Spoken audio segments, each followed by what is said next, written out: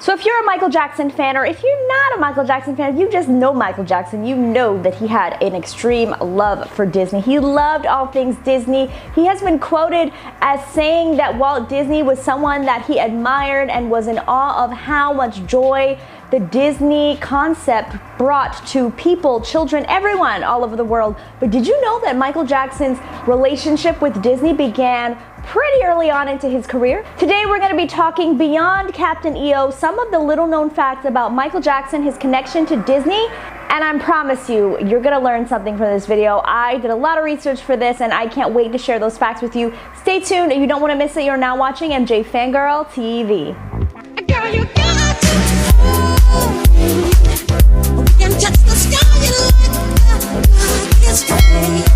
Now before we get into this video, my name is MJ Fangirl. I'm wearing actually one of my new t-shirts from the MJ Fangirl merch line, so if you're interested in that, the merch is always sold down below in the video. Alright, so before we get into this, I am MJ Fangirl. I make videos for and about the Michael Jackson fan community, and you guys, I love Disney and I was always a fan of everything Disney as well, and I thought it would be really cool to talk about this, so let's just jump into it. Now, interestingly enough, on the first Jackson 5 album, did you guys know that the first track is Zippity Doo Dah? Yes, a Disney track.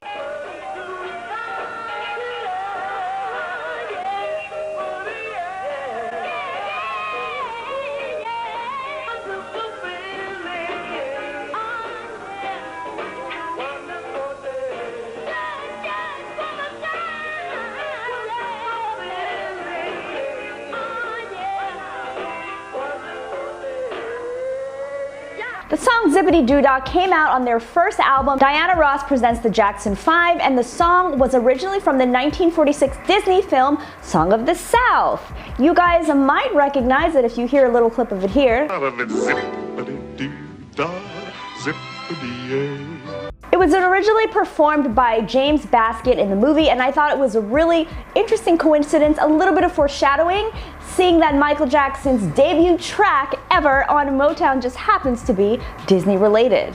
Now, you guys might be used to seeing lots of images and videos of Michael Jackson during his adulthood at Disneyland, but a lot of people don't know that Michael Jackson actually first performed at the Disneyland park as part of the Jackson 5. Yes, that's right, April 10th, 1974. On that date, Sandy in Disneyland, featuring Sandy Duncan, a famous comedian at that time, was actually aired on television, and it featured a performance by none other than the Jackson 5. They're wearing pirate outfits on a float. It was pretty quirky, pretty interesting. Here's a clip of it right here. Michael!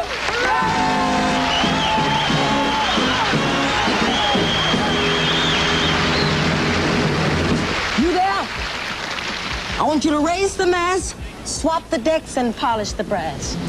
Okay, but I don't do portholes. When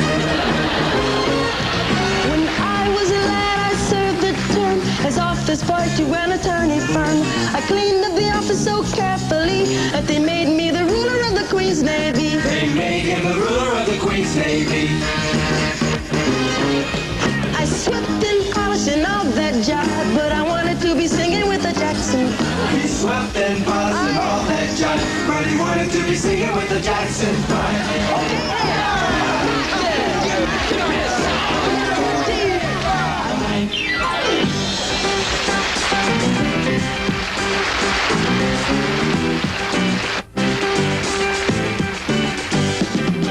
When I had you to myself, I didn't want you around. Those pretty faces always make you stand out in a crowd. But someone picked you from the first window, that was all it took. Now it's much too late for me to take a second look.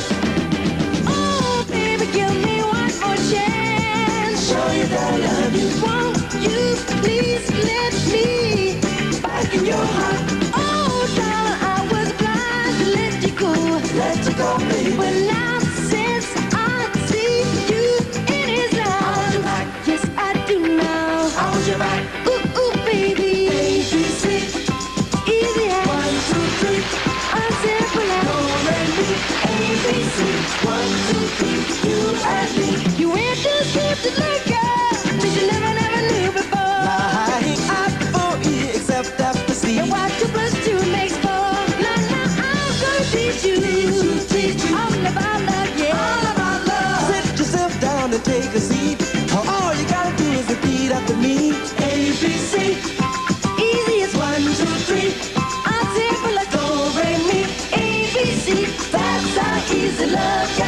The segment was only about 4 minutes long, and they did a medley of hits including ABC I Want You Back.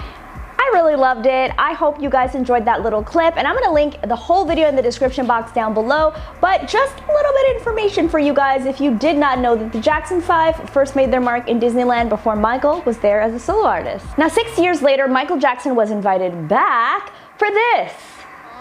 We'll just amble on home and... Michael Jackson, how you doing? Hi, I'm Gramps. This is my grandson. Adam, it's his first time here. He just really love it. He's speechless. Well, matter of fact, he can't wait to leave. That's too bad, Adam, because in a few minutes, Michael's going to sing a song, aren't you? But if you want to go, Adam, it's all right with me. We'll just... Leave? Who's leaving? I love it here. Me too. See you later.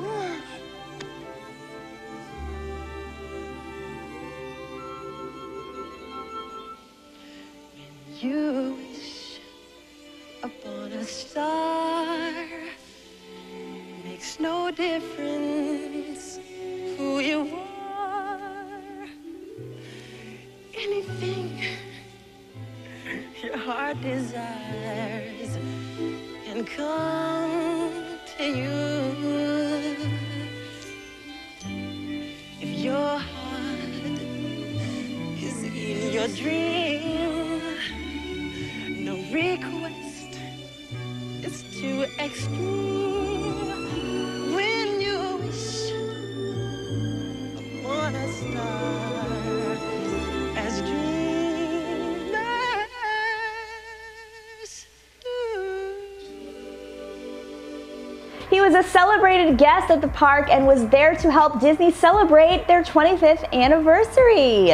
The Kraft Salutes Disneyland special aired on television on March 6th of 1980 and featured lots of special guests, of course Michael Jackson and the Osmonds, which were once a rival group of the Jackson 5 in the 70s. He performed a medley of When You Wish Upon a Star, Ease On Down the Road, and Follow the Yellow Brick Road, all songs that I used to listen to on my way to high school because I just thought it was just so upbeat and so peppy, and it really helped to start my day off on the right foot. And it was also during this special that Michael Jackson invited a personal photographer for the first time, Mr. Todd Gray, to take photos of him at this special. Now I'm gonna open this book and just show you guys some of the really cool behind the scenes photos because I think it's really, really important to look at. And also it was monumental for this author right here. He's actually a photographer, and this is one of my favorite off the wall era, actually it covers off the wall and thriller era books. It's like a really nice coffee table book with lots of photographs of Michael Jackson from behind the scenes that were previously unreleased. All right, so here is the first picture. And then here is another one. Todd Gray actually photographed Michael first in 1974 with his brothers, the Jacksons, but then he was later invited as Michael's personal photographer and worked with him for 4 years. Really actually special years too.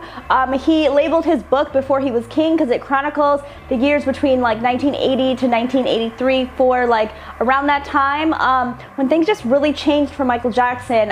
He has pictures from behind the scenes at the Beat It set and just some really cool monumental stuff. So I recommend you check out that book. But here's an excerpt of what Todd Gray had to say about that period of time working with Michael Jackson at Disneyland. When Michael was not on the set performing, he took every opportunity to explore the park. The moment the director would release him from the set in order to prepare the next shot, Michael would grab my arm and say, "Come on, let's hit some rides." Off we went, the two of us accompanied by a Disney security person who ushered us through a secret passageway, making certain we never waited in line. So I thought hearing about that was pretty cool, and I'm also going to include some pictures here of Michael and his sister Janet on an omnibus in, I believe, what's also around 1980, maybe 1981, I'm not sure of the exact year, but here's another instance of what seems to be a private visit. So in the years to come, Michael Jackson would have a pretty long history with Disney World, the Disneyland company. In the next video, we're gonna get into the history of Michael Jackson and Disney World. Yes, Michael Jackson actually had his own special suite, and I'm gonna be spitting 5 facts to you, so make sure that you stay tuned for that next video when it comes up on the channel. Comment down below and let me know if you guys know any other fun facts about Michael Jackson and Disney, and until then, I'll see you guys next time. Bye!